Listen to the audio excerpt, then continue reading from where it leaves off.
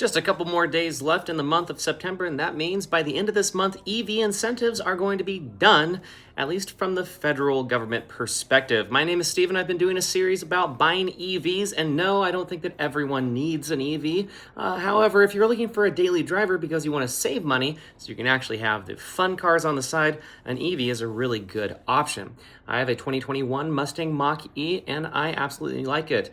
I absolutely love it. I call it the fake Mustang just to make sure that all the enthusiasts know where my heart lies. At the same time, I have a 98 C43 AMG Mercedes. I have an EJ22 swapped 1981 Subaru. I have a Jaguar with the 350 in it. I think you know where I'm going with this.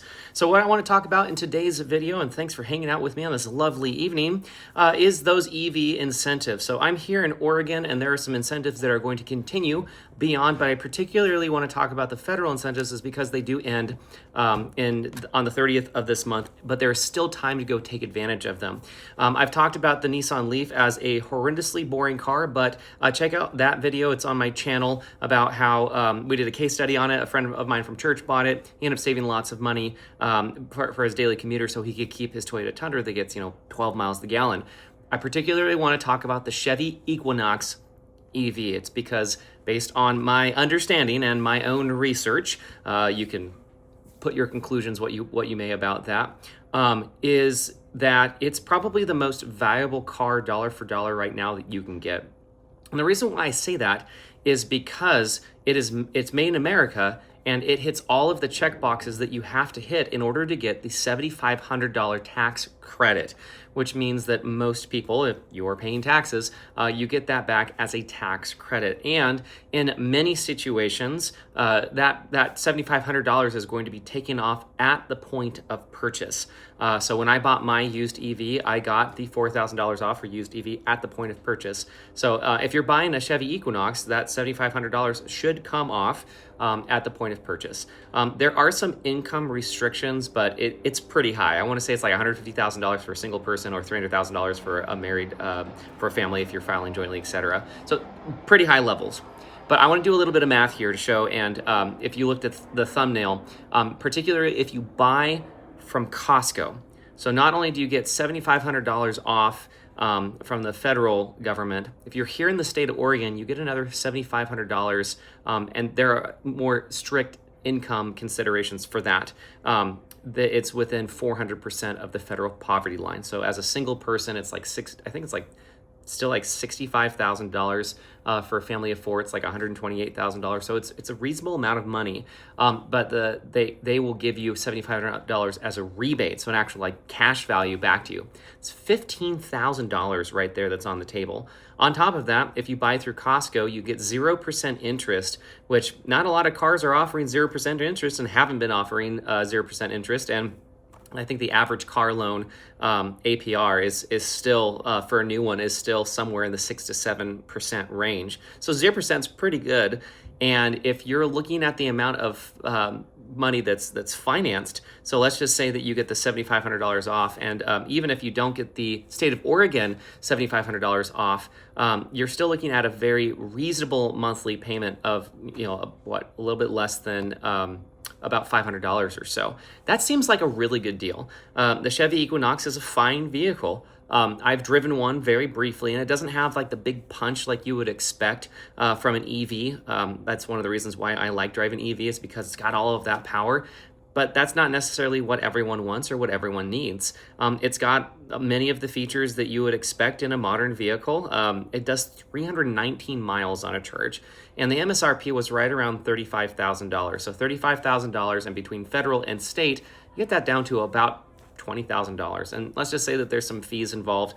Costco actually is throwing in $1,250 as Costco cash as well. So if you're looking for a new car, you're a family of four, or maybe just you and one other person, that to me, even if you're not necessarily overly interested in EV, that seems like a really, really good bargain to me. And of course, I'd love to hear your thoughts about this. I'm not saying that EVs are for everyone. I know that for a while it seemed like the government was trying to get that to happen in other countries. That's something the government's like, everyone has to drive an EV. I don't think that that's the case. I think that it's really cool. It's a made in America product that for the vast majority of people, it's going to do everything that you need to do. And on top of that, the maintenance is going to be way less then let's just say that you got a gasoline powered car for $20,000 or $25,000, it's probably going to have more miles on it, and it's probably going to need a little bit more maintenance. The one thing about EVs that I do notice is that they do eat through tires pretty quickly. Especially if you're getting like the front wheel drive version, just even though it's not necessarily a powerful car, front wheel drive version is probably going to go through tires maybe a little bit quicker than what you might want to get. I will also say that right now, about, a week ago or a week and a half ago, I was trying to see if I could find any of those $35,000 Equinoxes, so the base trim level, to be able to get it down to, about $20,000 or so. They were pretty hard to find over here in the West Coast. Most of the ones that I was seeing were in like the 40, and they have like an RS trim or whatever that's like $55,000. So, $55K, I don't think that car is worth $55,000, but you get it down to $30,000 or you get down to $40,000, but maybe you get a $40,000, $45,000 one, you get it closer to $30,000. That's just a lot for if you consider that new cars, they do cost so much. I think the average price of a new car is still somewhere in the $40,000 range. So EVs will take a hit on depreciation, so you're going to get that hit. Basically, this is kind of subsidizing that depreciation to make it, I guess, a little bit more palatable.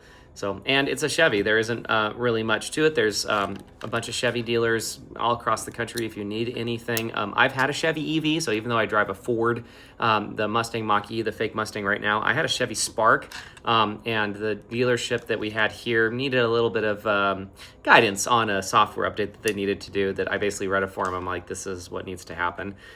They're much better now. I mean, that was years ago now. Most of the Chevy dealers that I've been to, and I do talk to them every once in a while through a couple of things through this and also my business. Most of them are much better set up for EV stuff because Chevy has really flexed their EV prowess since the last time that I had one. I sold mine in 2020. Things are very different now. So one other thing is if you are in the market for a used EV, this is a little bit of a side note, the Honda Prologue, if you take a look at it and you think that the cars kind of look similar, the Honda Prologue is a GM underneath. So at least this first version of Honda's all-electric EV SUV, the Prologue, underneath it's actually a Chevy. So that's a little aside. And those, many of those qualify for the used EV tax credit. I've seen several of them right at like $24,000, which means you get $4,000 off of those. And most of these EVs, I gotta say, like the base price of like $50,000, or I don't even know how much the Honda Prologue was. It's just not worth it. The Mustang, I have the build sheet. It was like $56,000 for it. And I'm like, oof. I mean, I like my Mustang.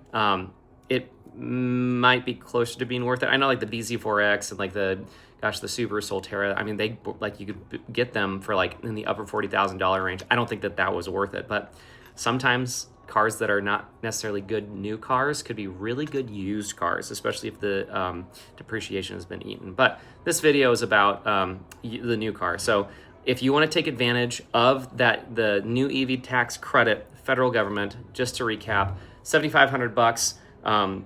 There's a couple other cars that qualify. You can find the list online. In fact, what I'll do is I'll put a link in the description below where you can take a look at them. That's from the federal government, and there are income requirements as well. Take a look at those. And if you're in the state of Oregon, or take a look at wherever you are, there are other states that still have EV tax credits that are going to continue.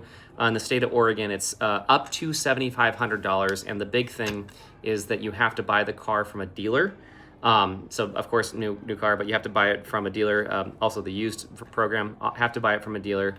And then there are much more stringent income requirements for that. So the income requirements are 400% of the federal poverty line. So you want to make sure that you have those taken care of. You can pre-qualify if you're in Oregon ahead of time. So when you go to the dealer, you can say, hey, I already pre-qualify, and they might take that off at the point of purchase. And then when you go there, and if you need to do financing, you're financing a pretty small number there. So that's all I got for this video. I'm supposed to do a couple more of these live stream videos between now and the end of the month. And it just so happens that that's when these EV tax credits are coming to an end. So I'm actually getting called that I probably should be going to that. So that being said, I hope everyone's having a great evening. You're always welcome to message me if you have any questions about the EV stuff. You could still be a car enthusiast and drive an EV. I promise. Well, that's what I am. So thanks for tuning in. Catch you later.